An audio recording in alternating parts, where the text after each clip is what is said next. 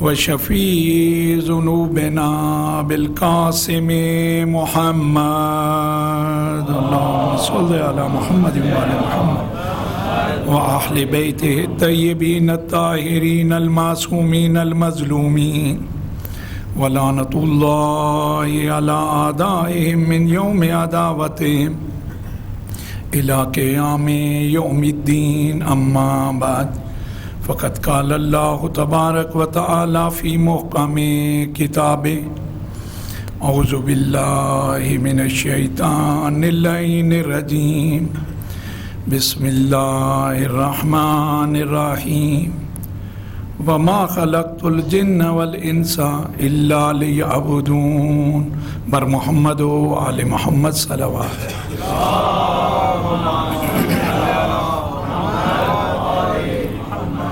عزیزان گرامی، ہر انسان جو عقل و شعور کا مالک ہے وہ اس بات کو جانتا ہے کہ پروردگار عالم نے اسے بغیر کسی ہدف و مقصد کے خلق نہیں کیا۔ میں آپ کی خدمت میں عرض کر چکا ہوں کہ ہماری زندگیوں کا ہدف و مقصد آخرت کو سنوارنا ہے۔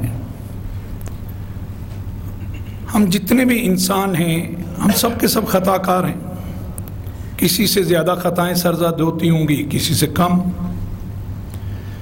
یہ میرا جملہ نہیں ہے، پیغمبر اکرم حضرت محمد صلی اللہ علیہ وآلہ وسلم فرماتے ہیں کل بنی آدم خطاؤن، جو بھی بنی آدم ہیں وہ خطا کار ہیں۔ خیر الخطائین التوابین، ان میں پسندیدہ فرد وہ ہے جو خطا کے بعد توبہ و استغفار کر لے۔ یہ خالق کا کرم ہے کہ وہ اپنے بندے کو اتنی آلودگیوں کے بعد بھی پاکیزگی کی راہ وہ در اس کے لیے کھلا رکھا ہے۔ الحمدللہ ہر مومن اپنی وسعت کے حساب سے، اپنی سعی و کوشش کے اعتبار سے اعمال کو انجام دیتا ہے۔ مومنین الحمدللہ نماز پڑھتے ہیں، روزہ رکھتے ہیں، اچھے اخلاق کے مالک ہیں۔ مومنین ان اعمال کو انجام دیتے ہیں۔ جہاں آپ سے اور مجھ سے، ہم سے ایک غلطی سرد ہوتی ہے، وہ یہ ہوتی ہے کہ بعض اوقات کچھ خطائیں ایسی ہیں جو اعمال کو غارت کر دیتی ہیں، اعمال کو باقی نہیں رہنے دیتی۔ اس کے لیے بہترین راہ یہ ہے کہ ہم اپنی خطاؤں کا جتنا جلدی ہو سکے مداوع کریں۔ دیکھیں، ایک ظرف ہو، خدا نہ خواستہ اس میں کوئی نجاست موجود ہو، اب اس ظرف میں جتنا بھی ڈالا جائے گا آپ اچھی سے اچھی چیز اس میں ڈال دیں۔ جب تک وہ نجاست اس ظرف میں رہے گی دوسری چیزوں کو بھی کیا کرتی رہے گی؟ آلودہ کرتی رہے گی۔ بس آپ کے اور میرے لیے نجات کا راستہ جو ہے وہ یہ ہے کہ اس آلودگی کو اپنے اندر نہ رہنے دیں۔ جب خالق و مالک یہ احسان کرنے والا ہے، اپنے بندوں کو اتنا چاہتا ہے، ان سے اتنا محبت کرتا ہے، انہی اپنے بندوں کی خاطر، اسی مخلوق کے خاطر 1,24,000 انبیاء کو بھیجا ہے۔ کس کی اصلاح کے لیے؟ ہماری اصلاح کے لیے۔ خالق تو ہر اعتبار سے اسے مطلوب ہے کہ ہم ہدایت یافتہ ہو جائیں، ہم ہدایت پا جائیں۔ وہ اپنے بندے سے کتنا محبت کرتا ہے اس کا اندازہ انسان لگا ہی نہیں سکتا۔ ہمارے درمیان سب سے زیادہ جو محبت کرنے والی ذات ہے وہ ماں ہے۔ میں نے اس دن بھی عرض کیا کہ ماں کے دل میں بھی جو محبت کا یہ عنصر ہے وہ اس خالق کا کرم ہے۔ وہ ہم سے بہت محبت کرتا ہے، ہم سے اشتباہ ہوتا ہے۔ آپ غور کریں سورہ زمر کی آیت نمبر 53، ارشاد رب العزت ہو رہا ہے اپنے بندوں سے، دیکھیں کس طریقے سے اپنے حبیب کو کہہ رہا ہے کہ ان کو خطاب کیا ہے. قل یا عبادی الذین اسرفوا علی انفسہم، اے میرے حبیب میرے ان بندوں سے کہہ دے جنہوں نے اپنے نفوس پہ ظلم کیا ہے، جنہوں نے معصیت کی ہے، جو گناہ گار ہیں، جنہوں نے میری بات کا احترام نہیں رکھا، جنہوں نے میری اطاعت نہیں کی، جنہوں نے تجھ رسول کی اطاعت نہیں کی. یہی ہے نا اسرفوا علی انفسہم. بار الہ انہوں نے تیری ایک نہیں سنی، انہوں نے تیری اطاعت نہیں کی، نافرمانی کی ہے، تیرے حبیب کی اطاعت نہیں کی. خود تو فرما رہا ہے کہ یہ وہ ہیں جنہوں نے اپنے نفوس پہ ظلم کیا ہے، لیکن انداز تیرا کتنا مہربان ہے. یا عبادی الذین اسرفوا، اے میرے بندو، میرے حبیب انہیں کہہ دو یہ جو میرے بندے ہیں. یعنی خالق کہنا یہ چاہ رہا ہے کہ دیکھو تم نے بندگی کو بھلا دیا ہے، میں تو تمہارا خالق ہوں، میں تو مالک ہوں. تم نے راہ سے بے راہ ہو گئے ہو، میں تو تم پہ اسی طرح مہربان ہوں جیسے تھا. میرے کرم کو تم نے بھلا دیا ہے، میں تو کریم ہوں، میری ذات تو ویسے ہی کریم ہے.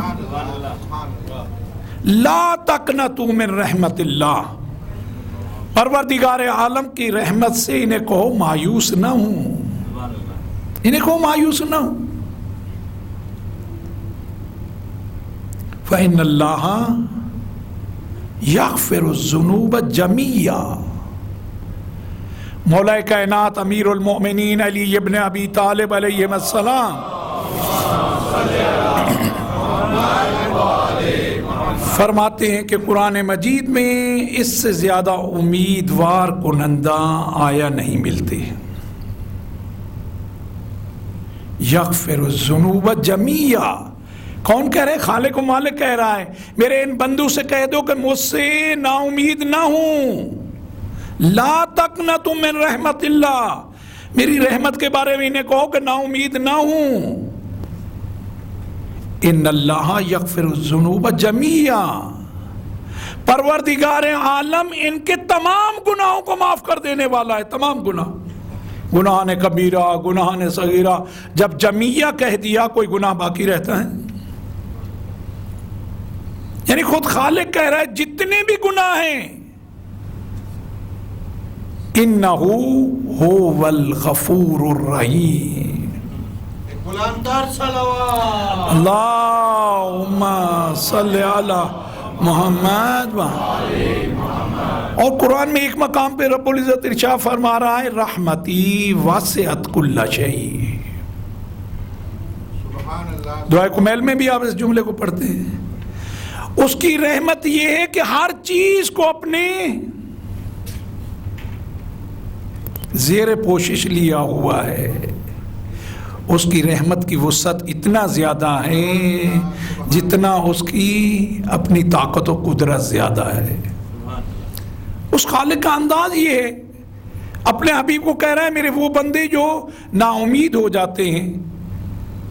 ہم آپس میں اگر خدا نخواستہ کوئی ہم سے کسی آفس میں کام کر رہے ہوں، ایک بار غلطی، دو بار غلطی، تین بار، پھر ہم خود سمجھ جاتے ہیں کہ اب کوئی یہاں معافی ملنے والی نہیں ہے، کیونکہ سامنے والا کہے گا تم نے مجھے بے وقوف سمجھ رکھا ہے کیا. حتیٰ آپ غور کرو کچھ مقامات ایسے ہیں قریبی دوست انسان سے ناراض ہو جاتے ہیں اس کے کسی عمل کی وجہ سے. ہوتا ہے یہ نہیں ہوتا؟ کچھ اعمال ایسے ہوتے ہیں کہ عزیز رشتہ دار اس سے جدا ہو جاتے ہیں. بعض اوقات ایسا ہوتا ہے عزیز رشتہ دار تو ایک طرف سگا بھائی جدا ہو جاتا ہے کہ میاں تم یہ کیا کام کر رہے ہو، تمہاری یہ حرکتیں مجھ سے برداشت نہیں ہوتی. حتیٰ بعض اوقات والدین آگ کر دیتے ہیں. اب والدین سے تو بڑھ کے کوئی محبت کرنے والا نہیں ہے، لیکن خالق کتنا محبت کرنے والا ہے. کہا تم سے غلطی ہوئی ہے نا، میں تو تمہارا خالق و مالک ہوں، میں تو تمہاری بہتری چاہتا ہوں. بازا بازا ہر اونچے ہستی بازا. خالق کہتا ہے پلٹ آؤ پلٹ آؤ، جیسے بھی ہو پلٹ آؤ. گر کافر ہو گبر ہو بت پرستی بازا. تم نے کفر کیا ہے، آتش پرست رہے ہو، بت پرست رہے ہو، بازا پلٹ آؤ، میری بارگاہ میں پلٹ آؤ. ان درگاہ ماں درگاہ نا امیدی نیست. یہ جو میری بارگاہ ہے یہ نا امیدی کی جگہ نہیں ہے. صد بار توبہ شکستی بازا. تم نے اگر 100 بار بھی میرے سامنے آ کے توبہ و استغفار کی ہے پھر بھی پلٹ آؤ. پیغمبر اکرم حضرت محمد صلی اللہ علیہ وآلہ وسلم فرماتے ہیں جس وقت اس شیطان مردود کو بارگاہ رب العزت سے نکالا جا رہا تھا، اس نے کہا کہ مجھے تیری ذات کی قسم ہے جب تک تیرے بندوں کے جسم میں روح رہے گی میں گمراہ کرتا رہوں گا. جب تک تیرے بندوں کے جسم میں روح رہے گی میں گمراہ کرتا رہوں گا. پیغمبر اکرم فرماتے ہیں رب العزت نے اس کے جواب میں کہا مجھے اپنی رحمت کی قسم ہے جب تک میرا بندہ مجھ سے توبہ و استغفار کرتا رہے گا میں اسے معاف کرتا رہوں گا. اللہم صلی علی محمد و آل محمد. ایسے رب سے دوری مزے کی بات نہیں ہے. ایسے مہربان کریم خالق سے دوری. انسان کسی کے نزدیک جاتا ہے کس لیے؟ اس کی طاقت کی وجہ سے، اس کے رتبے کی وجہ سے، اس کے مقام کی وجہ سے، اس کی شرافت کی وجہ سے، اس کے کرم کی وجہ سے، اس کی سخاوت کی وجہ سے. یہ ساری چیزیں اس خالق کی مخلوق ہیں. یہ ساری صفات پروردگار عالم کی ذاتی ہیں. خالق کہتا ہے میرا بندہ اور مجھ سے جدا جیسے بھی ہو پلٹ آؤ. امام جعفر صادق علیہ السلام اللہم صلی علی محمد و آل محمد فرماتے ہیں میرے جد نے کہا الندم توبۃ. فقط آپ کا اور میرا اپنی غلطی پہ شرمندہ ہونا پروردگار عالم کے نزدیک یہ توبہ ہے. کتنا وہ کریم ہے. ہم فقط شرمندہ ہوں وہ کہتا ہے فرشتوں کو گواہ رہنا میں نے اپنے اس بندے کو معاف کر دیا ہے.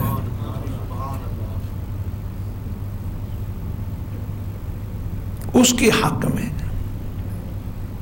ہم معصیت کرتے ہیں، پچھتاتے ہیں. پچھتاوا ہی وہ کہتا ہے میرے بندے کا پچھتاوا. یعنی روایات میں ہے ابھی اس نے استغفار نہیں کی، زبان پہ یہ جملے بھی نہیں لایا. ندامت ہے کہ اچھا نہیں کیا، پسندیدہ کام نہیں کیا. میں ہمیشہ عرض کرتا ہوں اس خالق نے جتنا اپنے بندے کو اپنی تمام مخلوقات میں جو انسان کو شرف عطا کیا ہے، خصوصاً جو صاحب ایمان کو شرف عطا کیا ہے، اگر خود صاحب ایمان جتنا خدا نے اسے شرف دیا ہے خود اپنی عزت و آبرو کا 10% خیال رکھ لے تو دنیا و آخرت میں کامیاب ہو جائے گا. خالق نے کہا ہے میرا بندہ ہے، گناہ گار ہے، غلطیاں اس سے سرزد ہو رہی ہیں. کسی دوسرے کو حق نہیں ہے کہ اس کے گناہ کو کسی کے سامنے عیاں کرے، اس کے نقص کو کسی کے سامنے بیان کرے. خالق کہتا ہے میرا بندہ ہے، مجھے پسند نہیں ہے کوئی میرے بندے کی غلطی کو کہیں بیان کرے. اسی کو غیبت کہتے ہیں. غیبت کیا ہے؟ وہ نقص جو اس بندے میں ہے وہ بیان کرنا کیا ہے؟ غیبت ہے. جو اس میں نہیں ہے اگر وہ کوئی کہے وہ تو تہمت ہے، بہتان ہے. کہا جو نقص میرے بندے کے اندر ہے جو غلطیاں اس سے سرزد ہوئی ہیں، اگر اس کو بھی کوئی بیان کرے گا تو وہ میرے نزدیک پسندیدہ بندہ نہیں ہے۔ یعنی خالق اتنا احترام دیتا ہے ایک گناہگار کو، کہتا ہے اس گناہگار کو بھی کسی کے سامنے رسوا کرو گے تو مجھے پسند نہیں ہے۔ ہم اپنی رسوائی کا اگر 10% بھی اس کا خیال رکھتے ہیں، وہ خود خالق کا، اس نے اپنے بندے کے لیے یہ جو توبہ کا دروازہ کھولا، اسے معمولی نہ سمجھیے گا، اس سے بڑھ کے رحمت ہے نہیں۔ روایات میں ہے کہ ائمہ سے کئی بار پوچھا گیا، مولا چند بار توبہ کیے، اس کے بعد کہا پھر غلطی کی پھر توبہ کرنا۔ کہا مولا آخر کب تک؟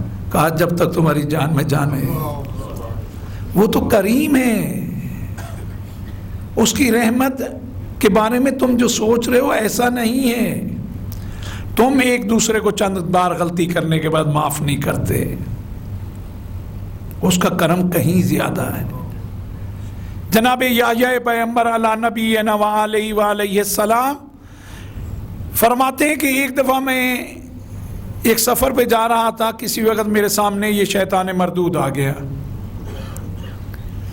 آ کے اس نے کہا اے یحییٰ میں چاہتا ہوں آپ کو کوئی نصیحت کروں۔ کہا تمہاری نصیحت کی مجھے نہیں ضرورت۔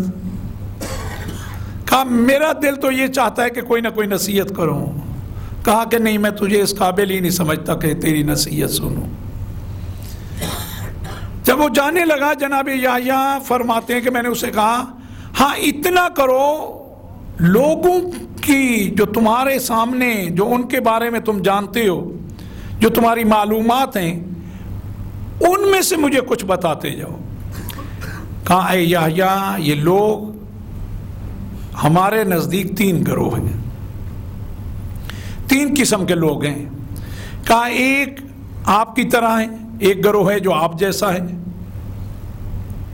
جن کے لیے ہم جال جتنا بھی بچھائیں، جتنا بھی اپنا چکر دیں، جتنی چالیں چلیں، وہ ہمارے جال میں نہیں پھنستے۔ ایک گروہ آپ کی طرح ہے، جو معصومین ہیں ان پہ ہمارا حملہ،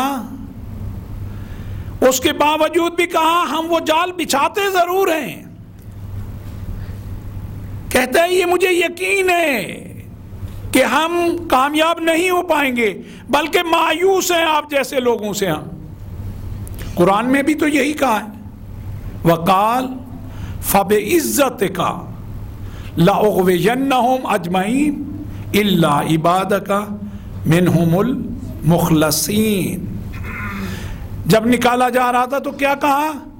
کہا کہ مجھے تیری عزت کی قسم ہے، میں تیرے تمام بندوں کو کیا کروں گا؟ گمراہ کروں گا، مگر تیرے وہ خالص بندے جنہیں تو نے خالص کیا ہے۔ شیطان کا ایمان ہے کہ جو اس کے خاص بندے ہیں وہ معصوم ہیں اور مخلص خدا کے خالص کیے ہوئے ہیں، اور شیطان نما جو گھوم رہے ہیں ان کو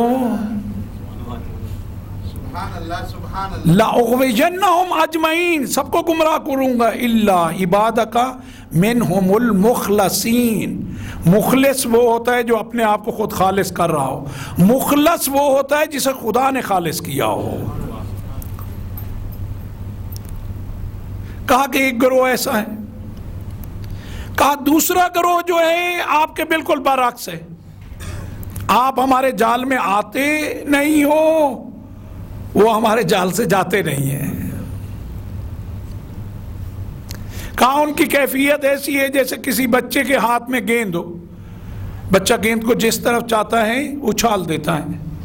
کہا ان کی کیفیت ہمارے لیے ایسی ہے، ہم جب چاہتے ہیں جس طرح چاہتے ہیں ان کو اسی طریقے سے اسی دھندے پہ اسی کام میں لگا دیتے ہیں۔ کہا آپ کا جو گروہ ہے اس سے ہم نا امید ہیں، جو یہ گروہ ہے اس سے پر امید ہے۔ کہا جو ایک تیسرا گروہ ہے اس کے لیے ہمیں بہت تگ و دو محنت کرنی پڑتی ہے، ہم دن رات اپنا انہی پہ صرف کرتے ہیں۔ کہا وہ کون سا ہے؟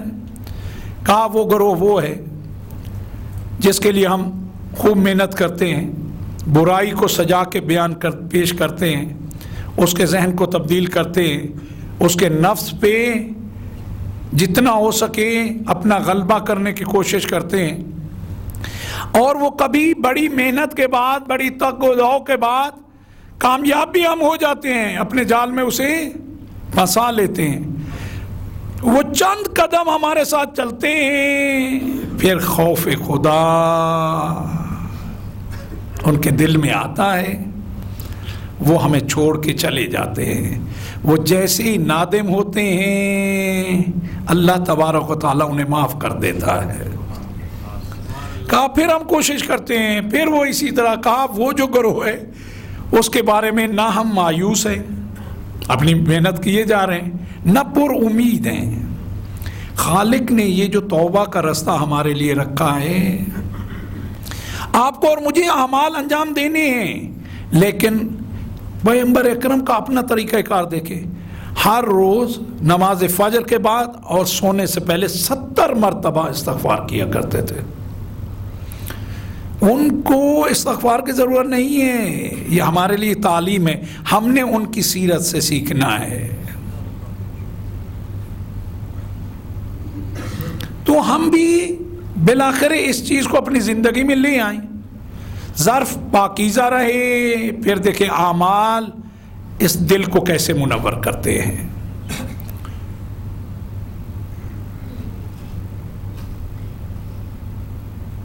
رب العزت کو توبہ کرنے والا پسند کتنا ہے۔ قرآن کی آیت ہے ان اللہ یحب التوابین۔ کس میں طاقت ہے کہ واقعاً گناہگار سے محبت کرے؟ یہ خالق و مالک کا کرم ہے۔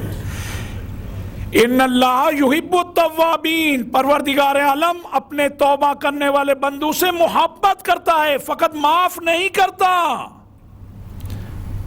بلکہ محبت کرتا ہے، معاف تو کر دیتا ہے، ان سے محبت بھی کرتا ہے۔ یحب التوابین، اس سے زیادہ اس کا کرم کیا ہو سکتا ہے؟ اور پیغمبر اکرم حضرت محمد صلی اللہ علیہ وآلہ وسلم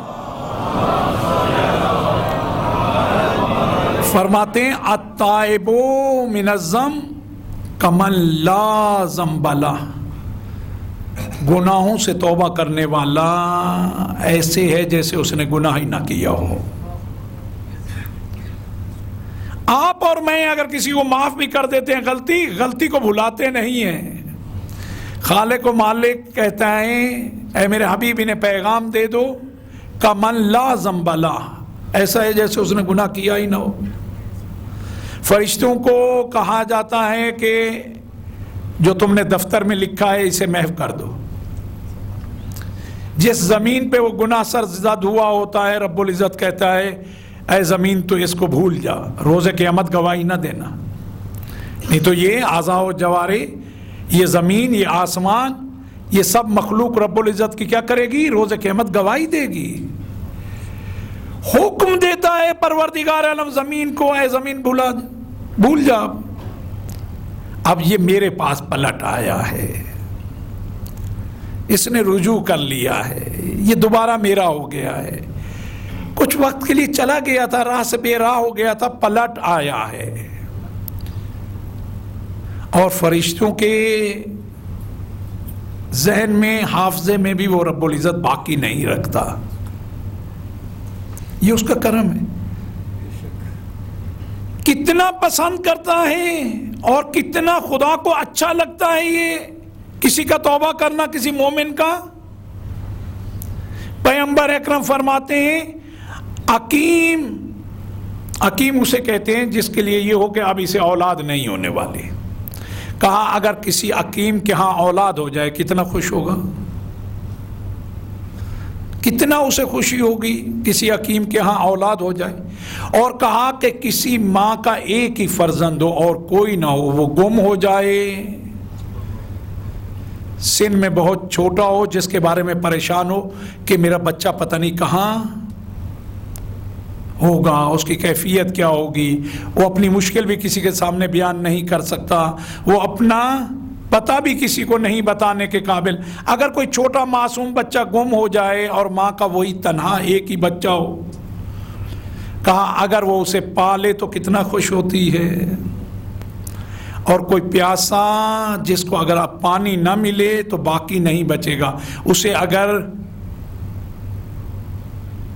آب گوارا مل جائے تو اسے کتنی خوشی ہوتی ہے۔ پیغمبر اکرم فرما رہے ہیں، کہہ رہے ہیں جتنا ان تین کو خوشی ہوتی ہے، پروردگار عالم فرماتا ہے توبہ کرنے والا جب پلٹتا ہے مجھے اس سے زیادہ خوشی ہوتی ہے۔ ایسے خالق و مالک سے دور رہنا واقعاً کہاں کی شرافت ہے۔ اللہم صلی علی محمد وآل محمد۔ سید سجاد جن کا پرسہ دینے کے لیے ہم جمع ہوئے ہیں فرماتے ہیں التائب حبیب اللہ، توبہ کرنے والا جو ہے نا حبیب خدا ہے۔ اتنا بتا دوں حبیب کا درجہ خلیل سے بلند ہے۔ کہا توبہ کرنے والا تم آ کے تو دیکھو اس کے در پہ، حبیب اللہ۔ اور خالق کیسی کیسی روایات ہیں، کیسے کیسے واقعات ہیں تاریخ میں کہ خالق نے کس طریقے سے معاف کیا ہے۔ تاریخ میں ایک شخص ہے بہت گناہ گار ہے، جتنے گناہ روایت میں جتنے گناہ تصور کیے جا سکتے ہیں اس نے سب انجام دے دیے۔ اتنا گناہ گار ہے کہ لوگوں نے اس سے قطع تعلق کر لیا تھا، اب کوئی اس سے بات نہیں کرتا تھا، لیکن وہ اپنے گناہوں میں اتنا مست تھا کسی کی اس کو پرواہ بھی نہیں تھی۔ ہمسایہ اگر مجھ سے بات نہیں کرتا نہیں کرے، دوست نے قطع تعلق کر لیا کر لے، کوئی لوگ جاتے ہوئے آتے ہوئے دیکھ کے کوئی سلام نہیں کرتا نہ کرے، وہ اپنی اس بیماری میں مگن تھا۔ یہ انجام دیتے دیتے ایک دن تنہائی میں بیٹھا تھا۔ جب تنہائی میں بیٹھا تھا تو کہتے ہیں کہ اسے ہور یاد آیا، کہا کہ اگر ہور کو معاف کیا جا سکتا ہے تو حسین کے صدقے مجھے بھی معاف کیا جا سکتا ہے۔ بیٹھ کے گریہ کرنا شروع کیا، بارے الہ بہت گناہ گار ہوں لیکن تجھے تیرے حسین کا واسطہ دیتا ہوں، اب مجھ سے غلطی نہیں ہوگی، جو کیا اس پہ پچھتا رہا ہوں، اس لیے کرتا جا رہا تھا، کہیں سے امید نہیں نظر آتی تھی۔ جب میں نے کسی جگہ یہ واقعہ اور کا سنا ہے اب میری امید بن گئی ہے کہ تو معاف کرنے والا ہے۔ گریہ کیا، ندامت ہے، گریہ کرتے کرتے سو گیا۔ کیفیت یہ ہے کہ اگلے دن جب اٹھا ہے، جو عبادات ہیں ان کو انجام دے رہا ہے اور مسلسل رو رہا ہے کہ مجھ سے بہت غلط ہوا، میں نے خالق و مالک کے سامنے اتنی جسارت کی۔ اگر یہ قوت ہمارے اندر آ جائے، یہ صفت آ جائے کہ خالق و مالک کے سامنے جسارت کرنا کوئی اچھی بات، کہا یہ نہ دیکھو کہ گناہ کتنا چھوٹا ہے، یہ دیکھو کہ جسارت کس کے سامنے ہو رہی ہے۔ گریہ کرتا رہا، روتا رہا، چند دنوں میں اتنا رویا ہے کھانا پینا بھول گیا، اب مصلی عبادت ہے اور رو رہا ہے۔ طبیعت وہ ہوئی، اس دنیا سے چلا گیا، رخصت ہو گیا۔ اب جب یہ اس دنیا سے گیا ہے، آپ سوچیں کتنا لوگوں کی نظروں میں برا ہوگا، حتیٰ اپنوں نے بھی اس کو غسل نہیں دیا، کفن نہیں دیا، دفن نہیں کیا، بلکہ اس کے لاش کو اٹھا کے دور ویرانے میں ایک کھنڈر میں پھینک دیا۔ کتنا گناہ گار ہوگا لوگوں کی نظر میں۔ آپ خود دیکھتے ہیں کہ انسان جتنا بھی گناہ گار ہو، ایسے موقع پہ ہر ایک دعا کرتا ہے کہ اللہ اسے معاف کرے، اور بالآخر اس کے کفن کے لیے، اس کے دفن کے لیے، اس کے غسل کے لیے اہتمام کیا جاتا ہے۔ یہ کتنا گناہ گار تھا کہ لوگوں نے یہ اہتمام بھی، اس قابل بھی اس کو نہیں سمجھا۔ رات کو اس منطقے کے ایک ولی خدا نے خواب میں دیکھا، رب العزت کی طرف سے حکم ہو رہا ہے، اے میرے بندے وہاں جاؤ، اس کھنڈر میں میرے اس محبوب بندے کو، اس کی لاش کو لے کے اس کو غسل دو، اسے کفن دو، اور پرہیزگار ترین افراد جہاں مدفون ہیں ان کے ساتھ جا کے دفن کرو۔ فلان صلوات اللہم صلی علی محمد وآل محمد۔ ایک دفعہ خواب دیکھا، یہ کہتا ہے خواب سے بیدار ہوا، میں نے کہا خواب ہی تو ہے ایسے بندے کے لیے، یہ ایسے ہی میرا وہم ہے۔ کہتا ہے میں سویا، آنکھ لگی، دوبارہ وہی خواب دیکھا۔ تیسری بار جب میں نے خواب دیکھا مجھے یقین ہو گیا۔ میں نے فقط خواب میں جو آواز آ رہی تھی میں نے پلٹ کے اتنا کہا کہ بار الہ یہ بھی رہنمائی فرما دے کہ یہ بندہ جو اتنا گناہگار تھا، سب اس سے نفرت کرتے تھے، تیرا محبوب ترین بندہ کیسا بنا ہے؟ کہا کہ وہ نادم ہوا ہے اپنے کیے پہ، تہ دل سے اس نے مجھ سے معافی مانگی ہے۔ میری رحمت اتنا وسیع ہے، میں اگر اسے معاف نہیں کروں تو کیا کروں؟ اور اس نے محبوب ترین، کائنات کے محبوب ترین بندے کا مجھے واسطہ دیا، اس نے میرے حسین کا مجھے واسطہ دیا ہے۔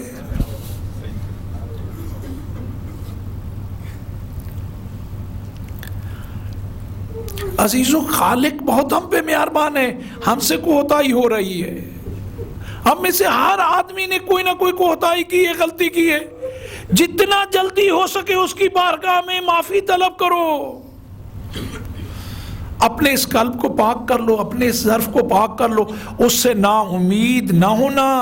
لا تقنطوا من رحمت اللہ، قرآن کی یہ تعلیم ہے آپ کو اور مجھے، لا تقنطوا، اس سے مایوس ہونا صحیح نہیں ہے۔ توبہ کرنے میں دیر نہ کرنا۔ جناب لقمان علی نبینا وعلیہ السلام اپنے بیٹے کو جو وصیتیں کر رہے ہیں ان میں ایک میں کہا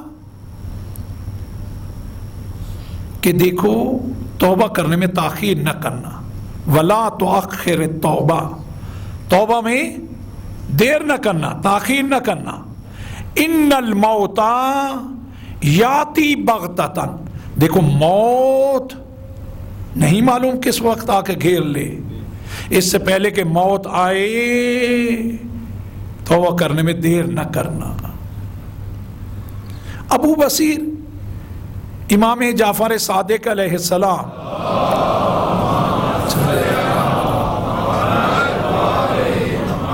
آپ کے اصحاب میں سے ہے، ابو بصیر کہتا ہے کہ میرے ہمسائے میں ایک ایسا مسلمان رہتا تھا جس سے میں واقعاً عاجز آ چکا تھا۔ رات بھر محفل سجی رہتی تھی، گانوں کی آوازیں،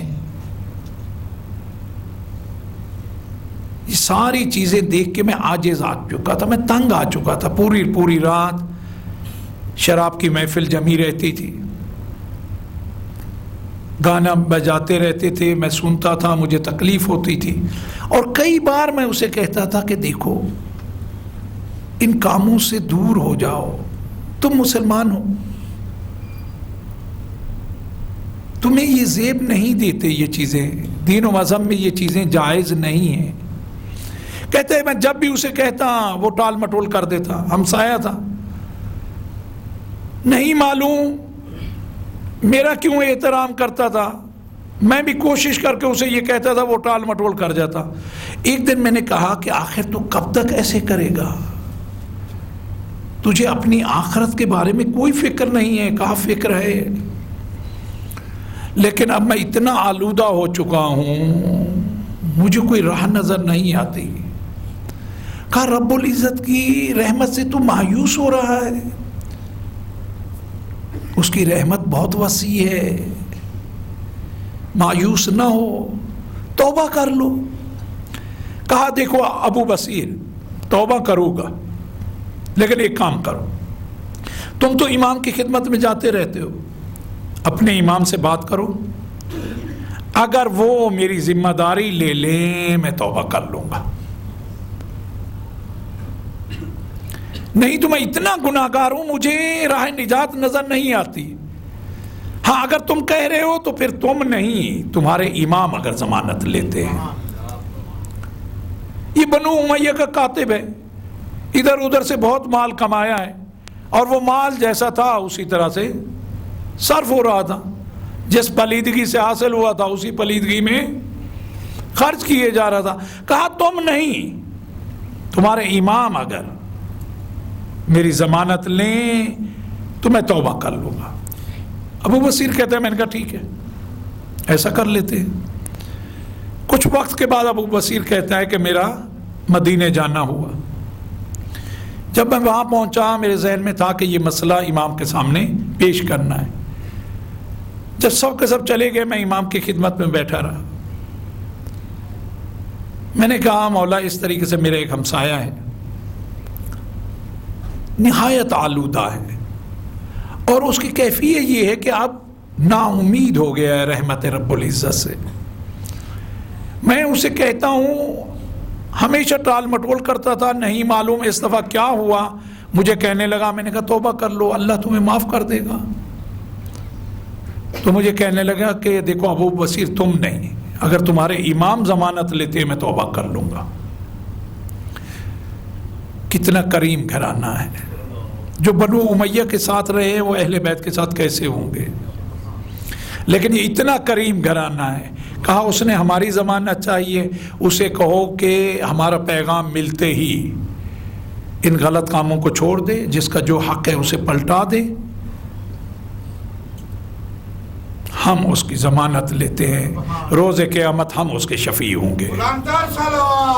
اللہم صلی علی محمد وآل محمد وعجل فرج۔ ہم ضمانت لیتے ہیں، ہم اس کے شفیع ہوں گے۔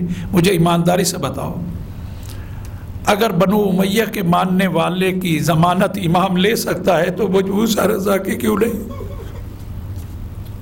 میں کیوں دیر کروں؟ میں اپنے وقت کے امام سے کیوں نہیں کہوں؟ میں اس رات کی تاریکی پہ مصلی پہ بیٹھ کے کیوں اپنے امام کو نہیں پکاروں، مولا آپ ہی میری ضمانت لے لیں؟ آپ کی تو سیرت ہی ہے۔ کہا اسے کہنا ہم نے ضمانت لی۔ پلٹ کے آیا، کہتا ہے کہ میں اس کے گھر گیا اور میں نے اسے کہا کہ میں نے تمہاری بات کی تھی، مولا نے تمہاری ضمانت لی ہے۔ مولا کہتے ہیں تم غلط کام چھوڑ دو، ہم تمہارے شفیع ہیں، ہم تمہارے ضامن ہیں۔ کہنے لگا ابو بصیر بس میں نے سب چھوڑ دیا۔ ابو بصیر کہتے ہیں کہ تقریباً 2 دن کے بعد 3 دن کے بعد مجھے بلوایا۔ میں گیا، میں نے دیکھا کہ دروازے سے نہ باہر آتا ہے نہ مجھے اندر بلاتا ہے۔ میں نے کہا یا خود باہر آ جاؤ بات کرنے کے لیے یا مجھے اندر بلا لو۔ کہا ابو بصیر نہ میں باہر آ سکتا ہوں نہ تمہیں اندر بلا سکتا ہوں، میرے بدن پہ لباس تک نہیں ہے، جس کا جو حق تھا میں نے پلٹا دیا، اب میرے پاس کچھ نہیں رہا، اس حرام میں سے میرے گھر میں اس وقت کچھ نہیں ہے، 4 دیواری ہے، یہ گھر میرا موروثی ہے، میں نے وہاں سے نہیں کمایا، اور اس گھر کے علاوہ میں جو ہوں میرے پاس اس گھر میں کچھ نہیں ہے۔ ابو بصیر کہتا ہے میں نے اسے کہا تم بے فکر رہو، اب یہ میری ذمہ داری ہے۔ کہتا ہے کہ میں نے کچھ رقم جمع کی، دوست احباب سے لی، اس کے لیے 1-2 لباس لیے، کھانے پینے کے لیے کچھ لیا اور اس کو دے کے آ گیا۔ کہتا ہے کہ اس کے بعد میں نے دیکھا وہ بیمار رہنے لگا، گریا کرتا تھا، کہتا تھا کہ میں کتنا خوش قسمت ہوں کہ زہرا کے لال نے میری ضمانت لے لی ہے۔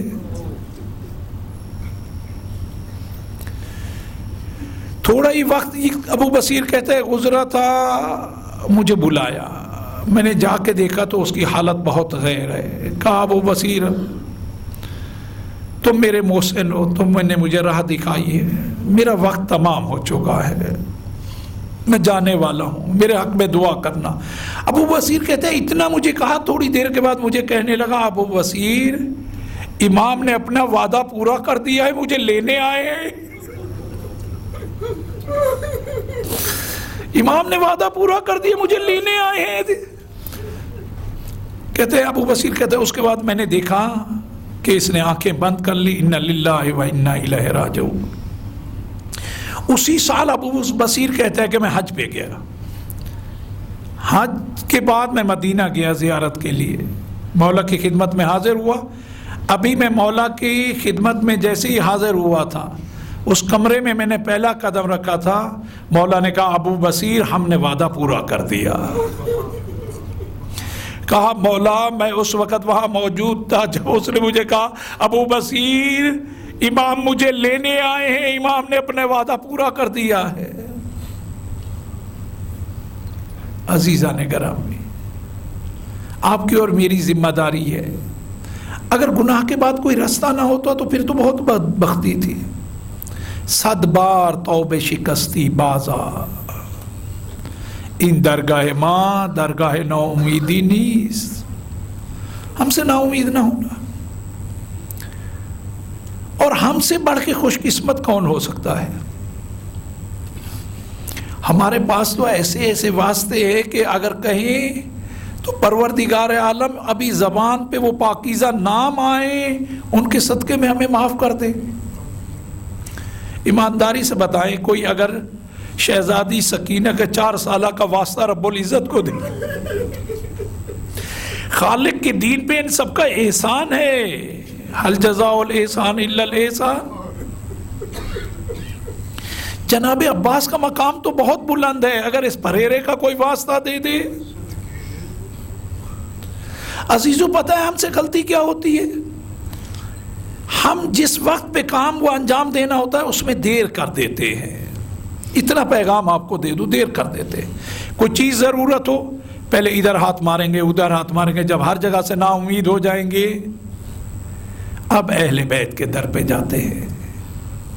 یہ طریقہ صحیح نہیں ہے۔ سب سے پہلے انہی کے در پہ جاؤ، وضو کرو، 2 رکعت نماز ادا کرو، اس کے بعد علم کو تھامو، کہو کہ مجھ میں تو طاقت نہیں ہے۔ جس کے دل میں اس کام کے لیے، اس امر کے لیے، جس کے دل کو نرم کرنا ہے وہ آپ کا کام ہے۔ اگر کوئی کسی مریض کو لے کے کہیں جانا ہے، کہو کہ ہم سے جو ہو سکتا تھا ہم نے کر لیا، اب ایسے ڈاکٹر کی رہنمائی آپ ہی فرمائیں، جس کے پاس جا رہے ہیں اس کی رہنمائی بھی آپ فرمائیں۔ جہاں پہلے جانا ہوتا ہے، کیونکہ خالق کی سنت یہ ہے، خالق و مالک فرماتا ہے میرا بندہ جب مجھے چھوڑ کے کسی اور جگہ پہ جاتا ہے، جن کو میں نے وسیلہ قرار دیا ہے ان کو چھوڑ کے پہلے کسی اور جگہ پہ جاتا ہے، پھر میں اسے اس کے حال پہ چھوڑ دیتا ہوں۔ سب سے پہلے یہیں جانا ہے۔ وضو کریں، 2 رکعت نماز پڑھیں، اس کے بعد رب العزت کو ان کا واسطہ دے۔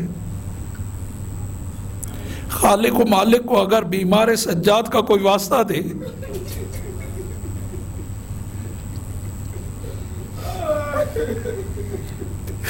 اس کے مصائب کا اگر کوئی واسطہ دے،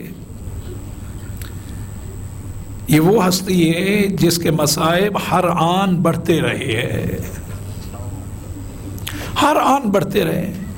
مصائب کتنے زیادہ ہوں گے، ان مصائب کا اندازہ لگائیں کہ جب کٹے ہوئے لاشوں کے پاس سے گزارا جا رہا تھا، شہزادی زینب سلام اللہ علیہ فرماتی ہیں میں نے دیکھا کہ میرے سجاد کی روح پرواز کر جائے گی۔ کیفیت ایسی ہے کہ میرا بیٹا اس وقت اپنے بابا کے لاشے کو دیکھ کے اس غم کو برداشت نہیں کر پا رہا۔ عزیزو، کربلا کی سرزمین پہ 2 ہستیاں بلندی سے نیچے آئی ہیں، ایک کے شانے قلم ہو چکے تھے، ایک کے بازو پوچھتے گردن بندے ہوئے۔ جب شہزادی نے یہ دیکھا، اس بلندی سے، اس سواری سے اپنے آپ کو گرا دیا۔ جیسے ہی گرایا، گرانا تھا، سید سجاد مضطرب ہو گئے۔ پھوپھی جان آپ کو کیا ہوا؟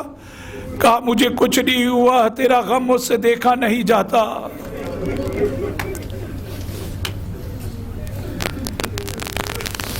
مصائب سید سجاد کے کم نہیں ہیں، قدم قدم پہ مصیبت ہے۔ مجھے ایمانداری سے بتائیں، سکینہ کو کوئی تماچے مارتا ہو سید سجاد سے برداشت ہوتا ہوگا؟ عزیزو، سید سجاد کا آج پرسہ دینا ہے۔ میری آپ سے 10 بستہ گزارش ہے کہ گھٹ گھٹ کے نہیں، ارے وہ گھٹ گھٹ کے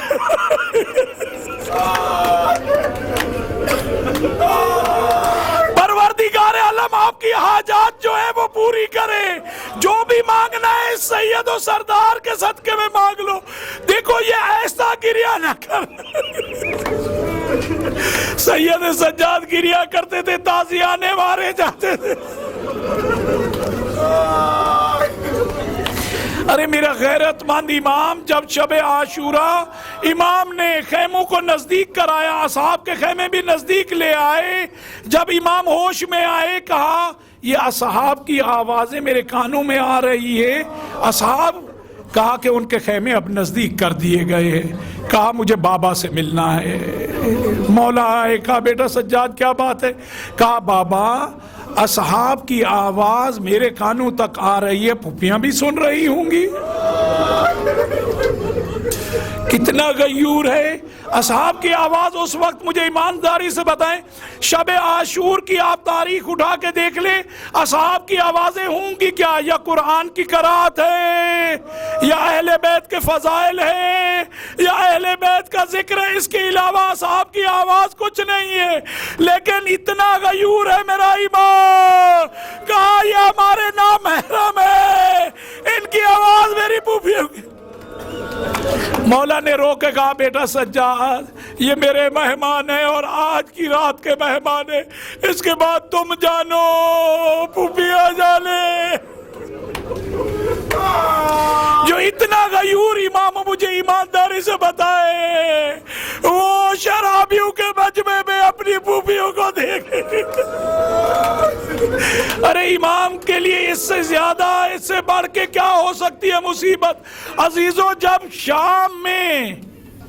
شام میں اہل بیت اطہار داخل ہوئے ہیں، ابھی دربار میں نہیں، شام میں، اب مولا کہتے ہیں کیفیت یہ تھی، میرے پھوپھیوں کے ہاتھ بندھے ہوئے تھے پشت گردن،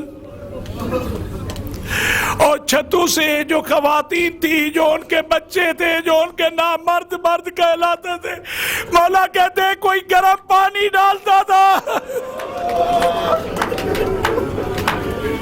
اور عزیزوں سنو گے، مقاتل میں جا کے دیکھ لو، مولا فرماتے ہیں کوئی انگارے جلتے ہوئے ڈالتے تھے، سر پہ چادریں ہیں نہیں۔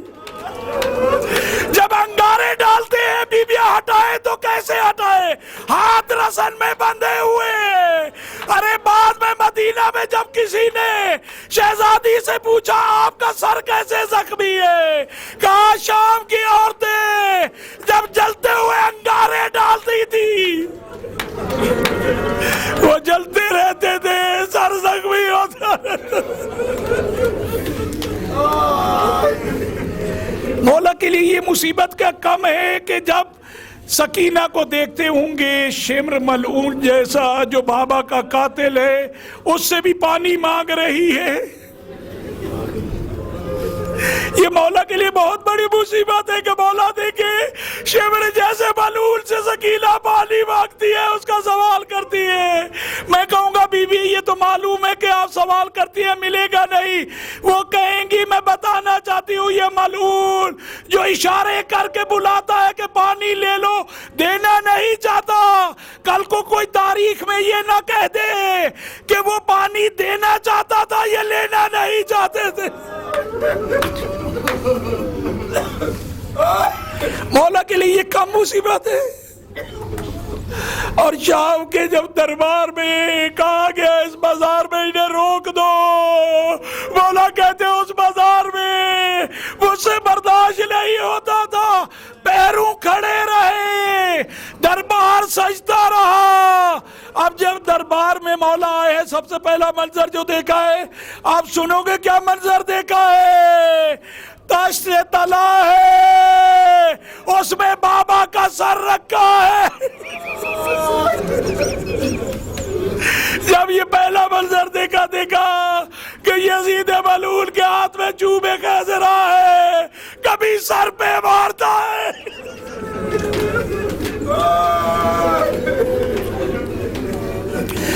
سید سجاد گریہ کر کے کہتے ہیں بابا سجاد شرمندہ ہے، کبھی سر پہ مارتا ہے، کبھی ہونٹوں پہ مارتا ہے۔ جب ہونٹوں پہ مار رہا ہے، شہزادی زینب سلام اللہ علیہا سے برداشت نہیں ہوا، کہا ملعون تجھے معلوم ہے جن ہونٹوں پہ تو مار رہا ہے رسول اللہ ان کے منہ سے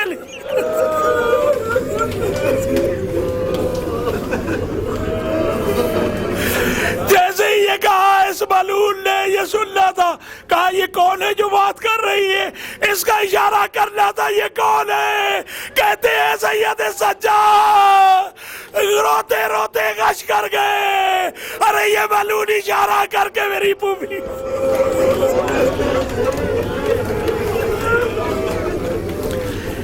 اب جی مجھے کہا، اس ملعون نے کہا کہ اس کو میرے پاس لے کے آؤ۔ جب کہا اس وقت عزیزوں سنو گے، فضا سپر بن کے کھڑی ہو گئی، کہا کہ اس شہزادی سے پہلے تمہیں مجھے قتل کرنا ہوگا، میں اس بی بی کو آگے نہیں لے جانے دوں گی۔ جیسے ہی یہ کہا، یہ کہنا تھا، کہا اس کو بھی قتل کر دو۔ جیسے ہی کہا، کہتے اس میں حبشہ کے لوگ بیٹھے ہوئے تھے۔ فضا نے کہا تمہیں کیا ہو گیا ہے؟ اے حبشہ کے لوگوں، تمہیں شرم نہیں آتی؟ تمہاری ناموس کے بارے میں کیا کہہ رہا ہے؟ ان حبشیوں نے کہتے تلواریں نکال لی، یزید اگر اسے کچھ کہا یہ کہنا تھا۔ جناب زینب نے نوحہ پڑھنا شروع کیا، ارے حبشیوں کے لیے، کنیزوں کے لیے، لالا رسول اللہ آئیے آپ کی بیٹیوں کو بچانے والا کوئی۔ سید سجاد نے جب یہ نوحہ سنا ہوگا، سید سجاد کا اس دربار میں خطبہ پڑھنا، دیکھیں خطبہ کہا جاتا ہے عربی میں جسے ہم اردو میں تقریر کہتے ہیں، جو میں آپ کی خدمت میں اس وقت عرض کر رہا ہوں۔ دیکھیں خطبہ دینے کے لیے، تقریر کرنے کے لیے انسان کبھی ہاتھوں سے اشارہ کرتا ہے، کبھی ادھر دیکھتا ہے، کبھی ادھر دیکھتا ہے۔ اگر انسان کو جکڑ دیا جائے، جس کے پاؤں بھی حرکت نہ کر رہے ہو، جس کے ہاتھ بھی نہیں ہلا سکتا ہو، جو اپنے چہرے کو بھی ادھر ادھر تو کے خاردار ہے،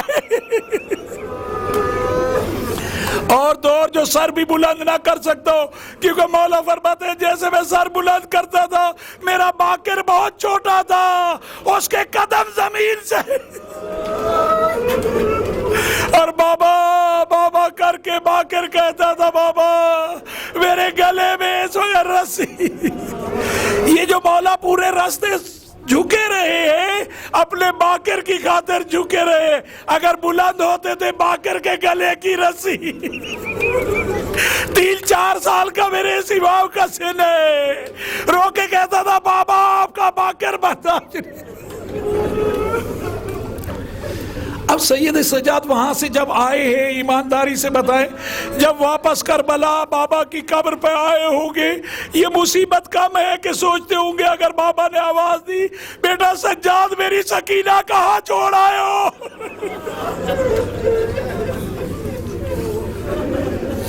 یہ مصائب کوئی کم مصائب نہیں ہے۔ مدینہ میں پہنچے، جیسی پہنچے، چچا کو جب معلوم ہوا ہے میرا بیٹا سجاد ہی ہے، پہلے تو پوچھا خود سے، یہ سجاد سے پوچھا میرے بیٹے سجاد کو دیکھا ہے؟ کہا چچا میں ہی تو ہوں۔ کہا بیٹا تجھے کیا ہو گیا ہے؟ جوانی میں تو اتنا ضعیف کیسے ہو گیا ہے؟ کہا چچا جان مجھے شام نے بوڑھا کر دیا ہے، ضعیف کر۔ محمد حنفیہ خود نہایت کہتے ہیں بیمار ہیں، 2 بندوں کا سہارا لے کے آئے ہیں۔ جو 2 بندوں کا سہارا لے کے آیا ہو، جو خود بیمار ہو، اگر کسی کو گلے لگائے گا تو اس کے ہاتھ میں کتنا طاقت ہوگی۔ جیسے ہی بیٹے کو گلے لگایا، سید سجاد نے کہا چچا ایسا،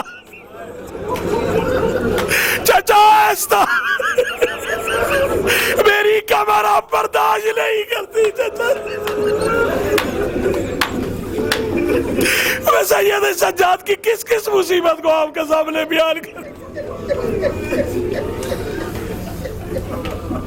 مدینہ میں جوان کو دیکھتے ہیں اکبر یاد آتا ہے، گریا کرتے ہیں۔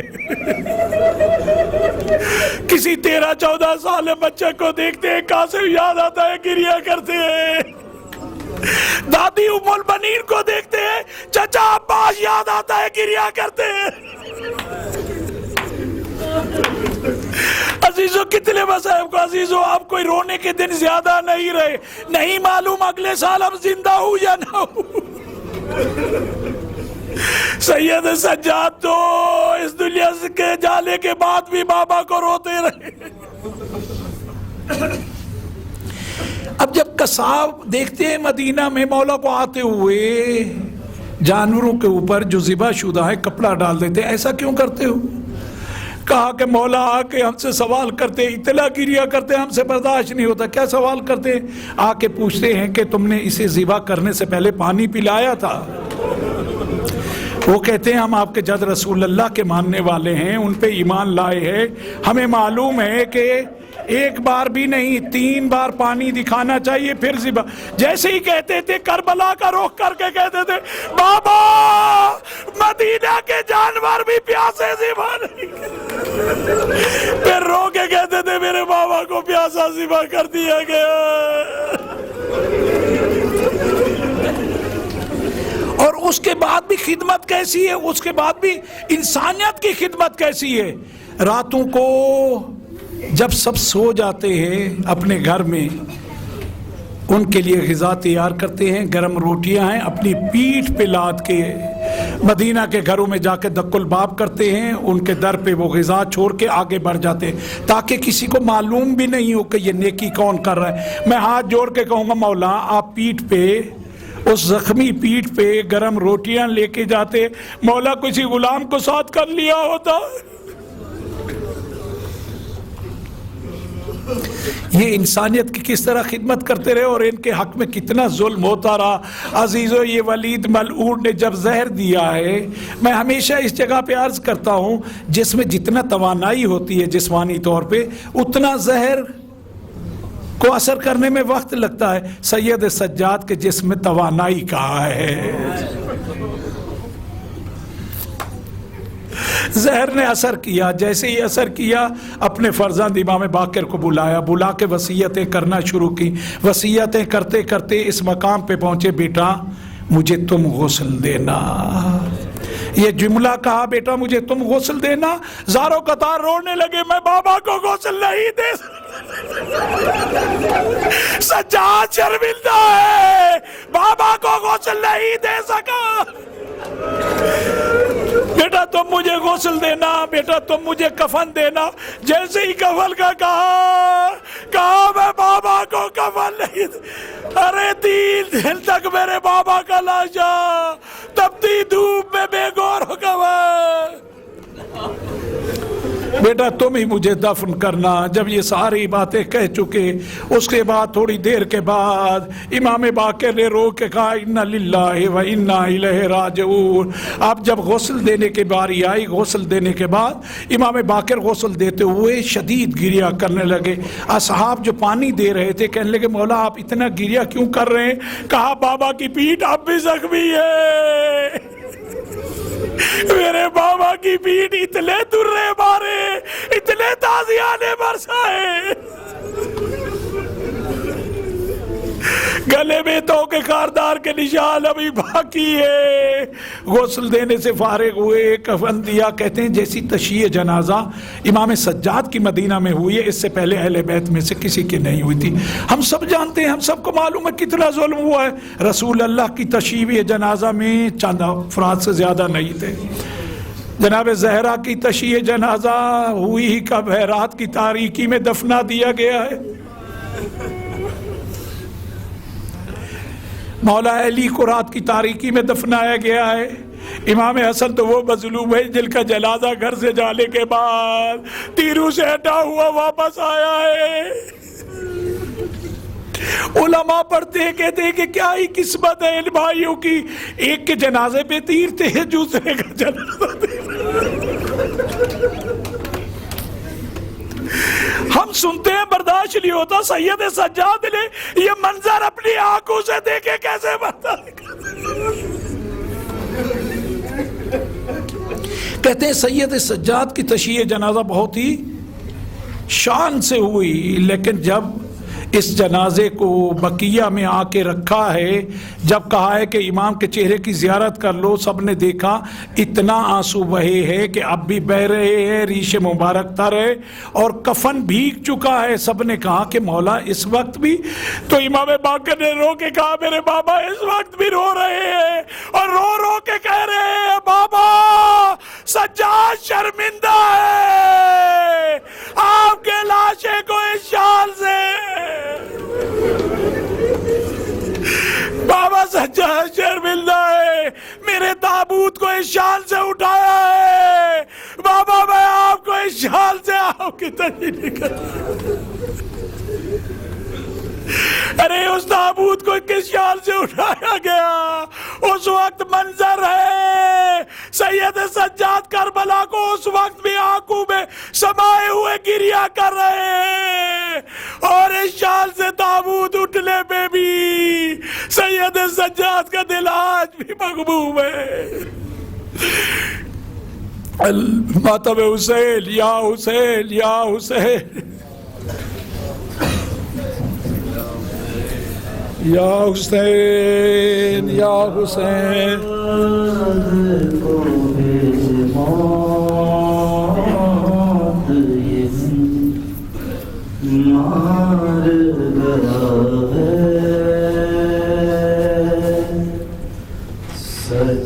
سجاد کو بے موت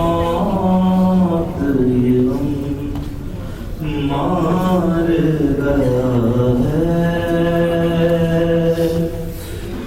بے پردہ حرم ساد میں، بے پردہ